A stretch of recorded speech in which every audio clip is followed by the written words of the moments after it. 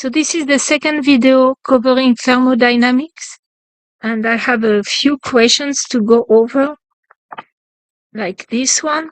So here you have to be very careful with what they are asking. I forgot to include multiple choices, but here it says, what is the total work done by the gas on the environment? So by the gas. So if the gas is expanding, like going from here to there, you see, you look at the volume is going to increase. So if the volume increases, it means that there is work done by the gas on its environment. So the work will be positive, right? Because work, remember the definition of work is the force times the displacement. Like here we take an example with a constant force. So maybe you have a gas here, and in that container you can have a gas. So you see, if the gas is pushing, here it apply a force here, so that will be a pressure, and that will be the displacement, so the work will be positive. So that's the first point. Now, if the volume decreases, so from here to there, the volume decreases, so then the work is negative. So here it's doing positive work because there is a displacement happening, and here the work is negative. So there is work because there is a displacement, so there is a change in volume, but the work is negative. And then from here to there is no displacement, the volume stays the same, so the work equals 0. So that's the first point. Now, let's say the force is constant, and remember that the force or the pressure is force per unit area. So that will be, for example, the area here. So we can write this for a constant force. You have a constant pressure. So that will be, the force will be pressure, the pressure applied by the gas times the area, for example, times the displacement delta x. That's going to be delta V. So if we have a constant pressure, the work done is the pressure that stays the same, delta V. So if delta V, if there is no change in volume, that means the work is equals 0. So if it increases, the volume increases, the work done by the gas on the environment, that's going to be positive. If the volume decreases, the work will be negative. So just to remind you, let's say we take an easy example, and this is pressure and this is volume.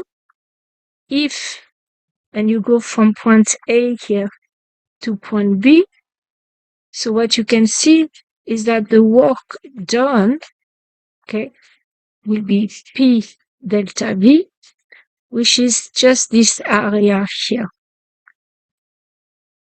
So it's always the area under the curve in a PV diagram. So in a PV diagram, the work done is just the area under the function here, P as a function of V. So this is even true if the pressure is not constant. So let's see, you have a pressure here and a volume there. You see, if it goes something like this, from this point here, A to B, so the work done is positive, and that's going to be the work done will be the area under that line here, right? Now, if you go, so P and V, so if you go from, for example, from A to B, it's still gonna be this area here, but the work is negative. So it's like it's a negative area. Okay? So let's go back to this example here.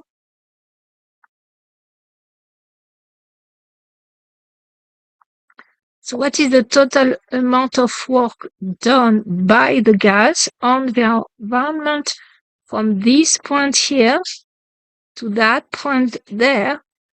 So from 1 to 2, you see that the volume is going to increase, which means the work will be positive. And what's going to be the work done from 1 to 2? Okay, it's going to be this area here. Okay, so it will be this area here in blue, and it's going to be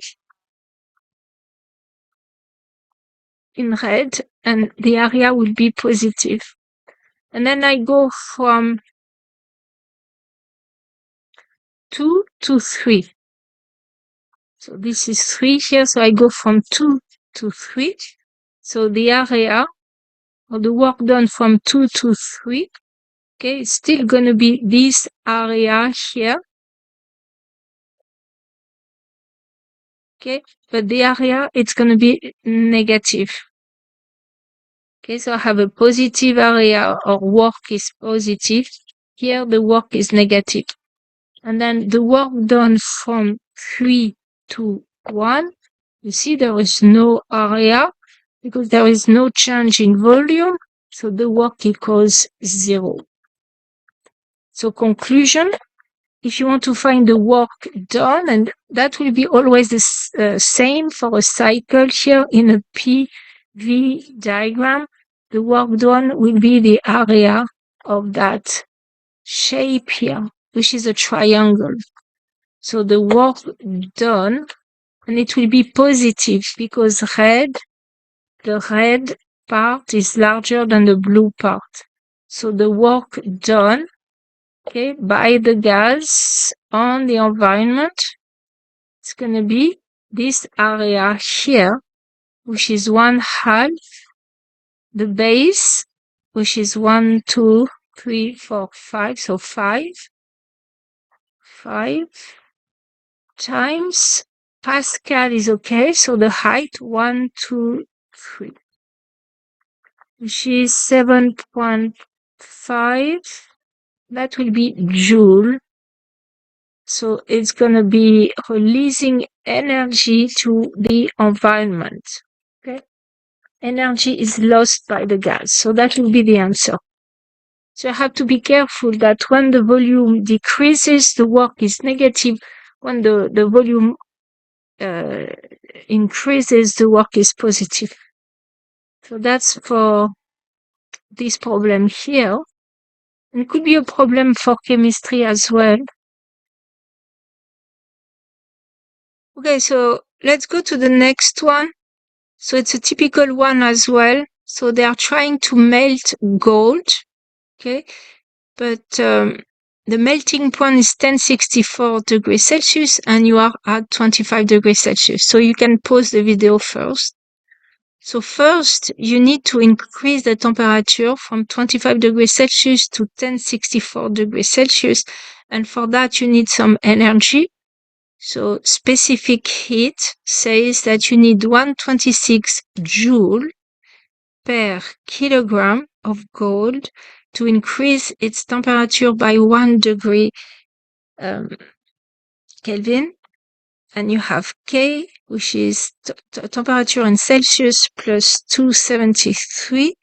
But it means if we are only interested in the change in temperature, the change in temperature in Kelvin equals to the change in temperature in Celsius, right? So first we need to increase the temperature from 25 to 1064 of half of a kilo using the specific heat. And then the temperature will stay at 1064 until everything will be melted. And to melt gold, I need that much of energy per kilogram. Okay, so let's do first, how much energy do I need to increase from 25 to 1064? Half of a kilo. Okay, so 1 kilo is 126, so half of a kilo will be half of, so 126. Okay, so that's for 1 degree, but I want to go from 1064 minus 25. Okay, so that will be for Q1, which is, I'm trying to simplify as much. So half of 126, that's easy. That will be, and then that will be 1040. Okay, that will be for Q1.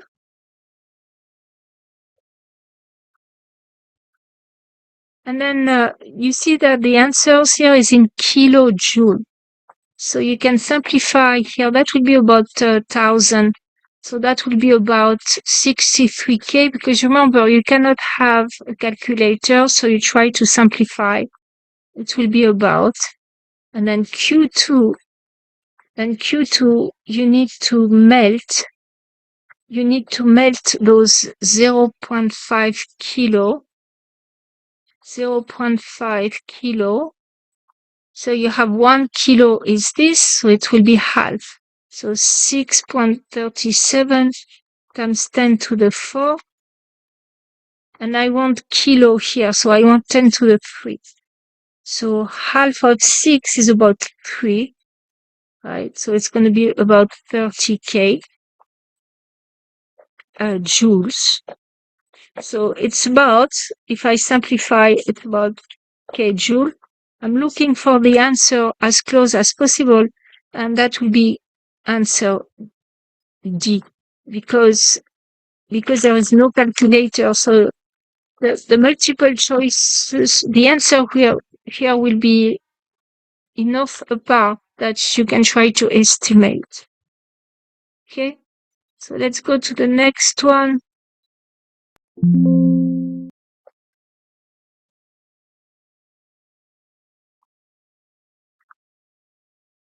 So the next one, okay, so it's the same type of question here.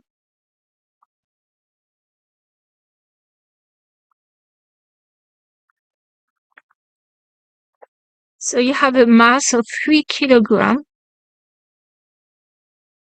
and the Q here is 100 watts for 10 minutes. And it starts at 20 degrees Celsius. You have the specific heat and what's going to be its final temperature.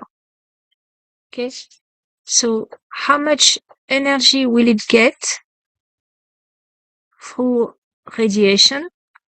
It's going to be 100 watts. So 100 watts. So what? So 100 watts is 100 joules per second. And 10 minutes is 600 seconds. Okay, so the Q will be 100 times 600. So it's going to get 60,000 joule. And here for 1 kilo, so what does it say here? So 1 kilo, if you have 1 kilo, 500 joule will increase the temperature by 1 degree Celsius or 1 degree Kelvin. It's the same thing, right? So if you have 3 kilograms, so then you need 15, so 3 times more. Okay, so no, 1500 joule to increase the temperature by 1 Kelvin, right? So if you want to know by how much the temperature has increased, okay, So how much of 1500 is in the 60,000? So you have to divide 1500. Okay, so you try to simplify as much.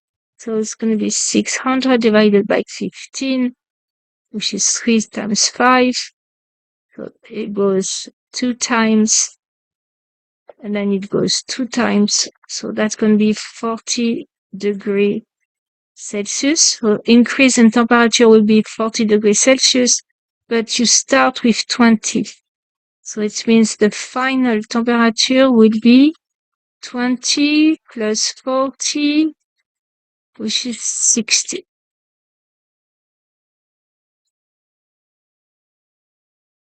Okay?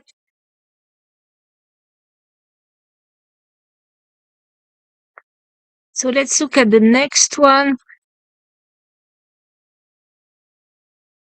So you have a 20-meter steel cable from the top of the structure. Blah, blah, blah. So you have to read, pause the video. Initial temperature. So it's expansion, right? So if you look at my playlist, I talk about expansion of a solid, and you see the amount it's going to expand relative to its initial length. So it's delta L over L equals to a coefficient. So it depends on the material, and it depends on the change in temperature, obviously. So you have this, so, not all solid will expand the same way. So here we are talking about a linear expansion. Okay, so let's go back to here.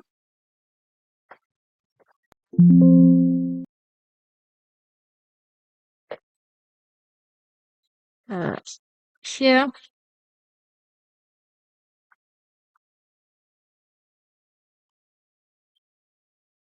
So there is a gap of 2.5 centimeter. If I did read well, so you want to make sure you read it properly. So here you have your cable, and this is the ground, and this is 2.5, and you want to make sure it doesn't touch the ground. So if I apply the equation, I have delta L, okay, the amount by which it's expanding relative to its initial length is alpha times delta T. Again, delta T doesn't matter if it's degrees Celsius or Kelvin, it will be the same. So I have delta L, initial length, this is 20, so that's going to be 20 times 1.1 times 10 to the negative 5 times difference in temperature. You go from 10 to 110, so that will be 100. Okay, so 1.1, I'm going to say it's about 1. So it's going to be about 2000, or 2 actually, times 10 to the negative 5 meters, and I want centimeters. So I want to keep 10 to the negative 2. So it's going to be 2000 times 10 to the negative 2 times 10 to the negative 3 to get in centimeters. So it's going to be 2 times 10 to the negative 2 meters, which is 2 centimeters. If you keep it to 1.1, that will be about 2.2. So it will expand by 2.2, which is smaller than 2.5. So the answer is no, because it expands by 2.2. Okay. So next one. So here you can pause the video. They just want you to know the difference between radiation, conduction, convection. And I have it in a slide here. It's the way heat, which is energy in transfer. So different ways heat or energy can be transferred. So you have electromagnetic waves, which is called radiation. You have convection in the fluid. Okay, so this is hot. It's going to rise, cool down, and sink. And you have conduction, especially if it's a metal. So the molecule is going to pass on their kinetic energy, excitement. Yeah. Okay, so now it's easy. Energy from the sun, that will be radiation. And then metal rod becoming hot. Okay, so that will be conduction. Warm air rising will be convection. So the only answer is answer A. So here they just, that one should go fast because they just want you to know the relationship between Fahrenheit and Celsius.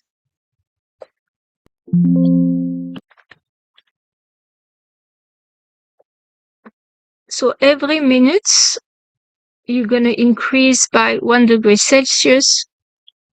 After 10 minutes,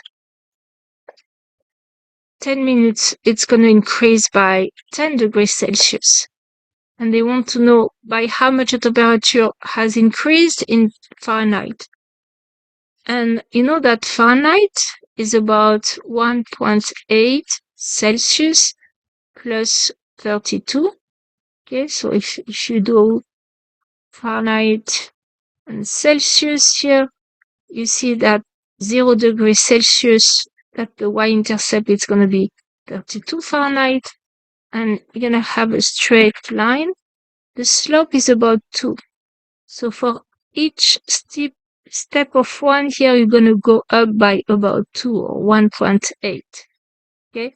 So the slope is delta F over delta C. It's about 1.8. So 1 step in Celsius here is 2 steps in Fahrenheit. So increase the temperature in Celsius by 1. Temperature in Fahrenheit will increase by a factor of 2. Okay, so in that case, you increase by 1 degree Celsius each minute. So after 10 minutes, the temperature will increase by 10 degrees Celsius. So the Fahrenheit will increase by 1.8 times 10, which is 18 degrees Fahrenheit. So the answer is C. So that's all for thermodynamics. I will post more videos about the